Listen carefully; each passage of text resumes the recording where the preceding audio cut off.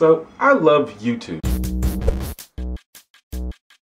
YouTube has given me, as well as millions of other people, a unique way to express myself and an awesome way to interact with people all over the world. And this is something that has always interested me, even when I was just a little tyke. Ever since the very first day I logged onto the internet, I have been obsessed with finding ways to start conversations and share ideas and creations with other people. Then YouTube came along, and not only did it give me a tool to do those things, it gave me an opportunity to do those things for a living. Now, I am not rolling in the dough by any means, don't get me wrong, but the fact that you guys continue to support me by watching and sharing my videos has allowed me to make an earnest attempt to do this full time. So the problem with trying to become a full-time creator on the internet is that in order to reach the widest audience possible, you want to usually make a lot of your stuff available for free. And I think that's the way it should be for the most part, but the best model that we've come up with to generate revenue by giving stuff away for free on the internet is by using advertisements. The problem with advertisements is they don't really care how good your stuff is. They don't care how many people like it, how much work you put into it, whether people were inspired by it or motivated by it. For the most part, all they care about is how many people saw their advertisement. And YouTube specifically has created all these algorithms that generally encourage people to make videos that result in more people seeing advertisements. And as you might imagine, these are not always the videos that people want to make. For example, YouTube's algorithms don't really favor super long videos, because of course the more time you spend watching somebody's video, the less time you spend watching advertisements. But what if I want to make a long video? What if my viewers enjoy long videos? You see, the advertisers don't really give a shit. And that's just one of the many ways that YouTube can be frustrating for online creators. So it's become very clear to me that if I want this internet dude career thing to work out in the most preferable way,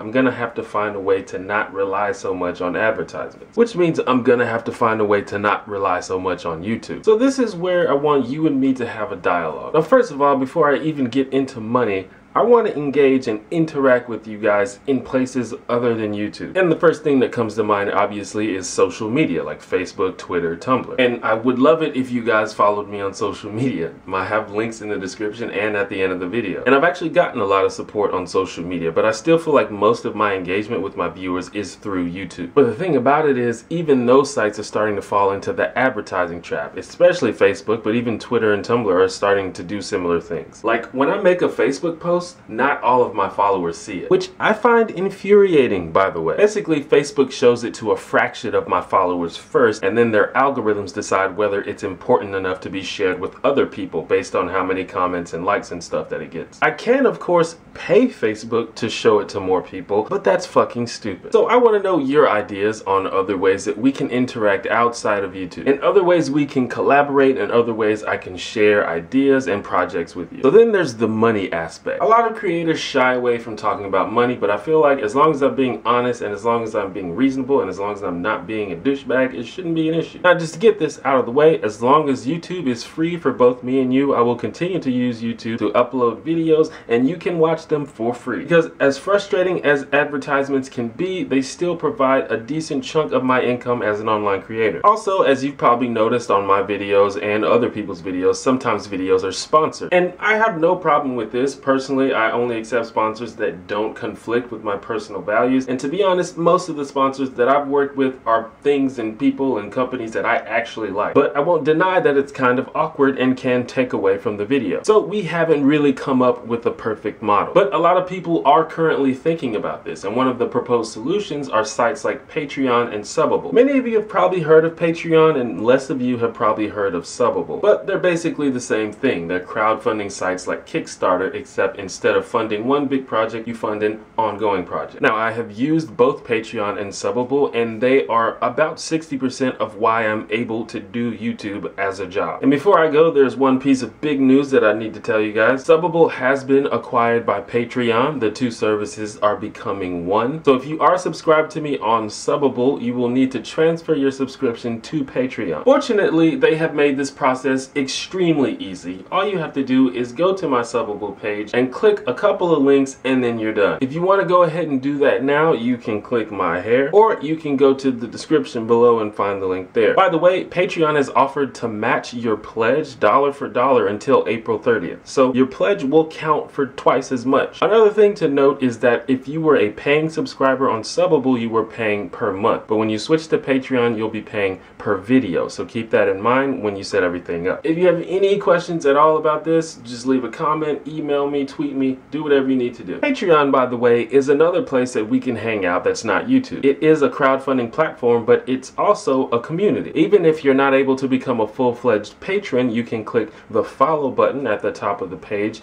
and you'll get access to my public posts on the site, which I plan in the future to include some pretty cool exclusive stuff. I'm going to be writing blogs and other cool content exclusively on Patreon, so you may not want to miss out on that. So that's mainly what's been on my mind lately. And I really would like to hear your thoughts and suggestions on this, even if you don't have any particular solutions. I just want to know where your head's at and what kind of comments you have. And I want to thank you guys again and again for sharing my stuff and watching my stuff and commenting and liking and supporting me in all the ways that you do. I really cannot stress to you how much that means. You guys have given me an opportunity that I would not have had otherwise whatsoever.